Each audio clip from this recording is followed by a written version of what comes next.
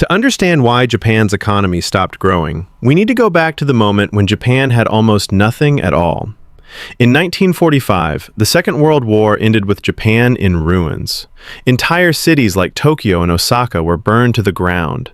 Industrial zones were flattened, transportation networks were broken, millions were unemployed, and food shortages were so severe that black markets became the only way for many families to survive. Inflation was out of control, and confidence in the nation's future was at its lowest point. This is the point where the story truly begins, with a country forced to rebuild itself from scratch. After the surrender, Japan was placed under U.S. occupation.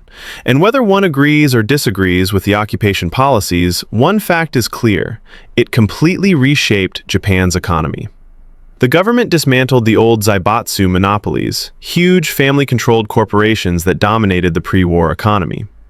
Land reform redistributed farmland to millions of tenant farmers, giving ordinary people more stability and purchasing power. Labor reforms legalized unions and improved worker protections. For the first time, a modern, balanced foundation for economic growth was set. But the real spark, the moment that pushed Japan from recovery into rapid growth, came in 1950 with the outbreak of the Korean War. The United States needed supplies: trucks, uniforms, spare parts, steel, food, medical equipment, and Japan was the closest industrial hub. American military procurement contracts poured money into Japanese factories. It wasn't just income, it was momentum. Factories reopened, machines started running again, and young workers gained skills they could use long after the war. By the late 1950s, Japan's recovery had transformed into something far more impressive. The government, working closely with banks and industries, guided the economy with long-term national plans. Japanese companies invested heavily in new technology, often improving foreign designs and producing higher quality products at lower prices. This was the beginning of what historians later called the Japanese economic miracle. The results were extraordinary. Throughout the 1960s, Japan's economy grew at one of the fastest rates the world had ever seen. Industries like automobiles, electronics, and steel became pillars of the country's success. Japanese workers embraced a culture of discipline and long-term employment. Families who had experienced hunger in the 1940s were now buying modern appliances, cars, and new homes in expanding suburbs. By 1968, Japan had become the world's second-largest economy, and it wasn't slowing down. Through the 1970s and every year into the 1980s, Japan kept innovating. Companies like Honda, Toyota, and Sony were gaining global respect. Japanese products were known for reliability and precision. International investors began to look at Japan not just as a strong economy, but as an unstoppable one. But behind the success, cracks had already begun to form. Cracks that would eventually become the cause of one of the most devastating economic collapses in modern history. To understand why Japan's economy stopped growing, we have to look closely at what happened in the late 1980s. Specifically, the environment that created a massive economic bubble. It started with interest rates. In 1985, after the Plaza Accord, the Japanese yen increased sharply in value. This made exports, the backbone of Japan's growth, much more expensive overseas. The government, trying to protect the economy, lowered interest rates to boost domestic investment and spending. But cheap money has a dangerous side effect. It encourages borrowing. And in Japan's case, borrowing exploded. Banks began offering loans easily, without strict checks, because they believed land prices would always rise. At that time, land in Japan was considered nearly sacred in financial value. In Tokyo, the myth was that the land under the imperial palace was worth more than the entire real estate market of California. People believed land could never lose value, and once a belief like that spreads, speculation becomes uncontrollable. Companies began borrowing heavily to buy land.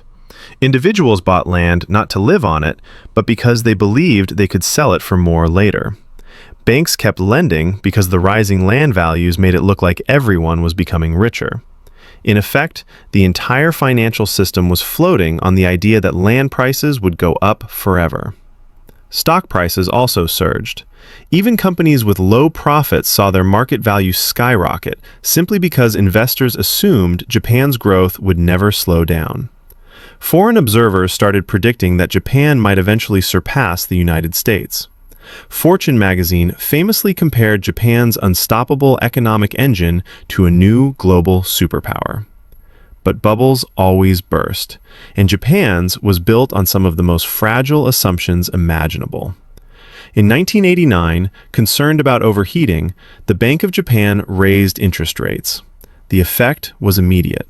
Loans became more expensive. Real estate buyers started pulling back. Suddenly, the property market, the very foundation of the bubble, began to shake. And when land prices stopped rising, everything built on top of it began to collapse. Companies that had borrowed huge amounts now found themselves holding land worth far less than what they paid for it. Banks were stuck with bad loans, and many hid the true extent of their losses. Stock markets crashed. Real estate values plummeted. People who had invested their life savings in property saw their wealth disappear. This wasn't just a normal recession, it was a structural breakdown. Japan entered what economists later called the lost decade. But the reality was even longer. Growth slowed for more than 20 years. The government tried multiple solutions, lowering interest rates again, increasing public spending, and creating rescue packages for banks. But each attempt only slowed the decline. It didn't fix the underlying problem. Confidence was broken, and both businesses and individuals became extremely cautious with spending and investment. The population problem added another layer. Japan's birth rate began to fall sharply. Fewer young workers meant less consumption, lower productivity, and a shrinking tax base.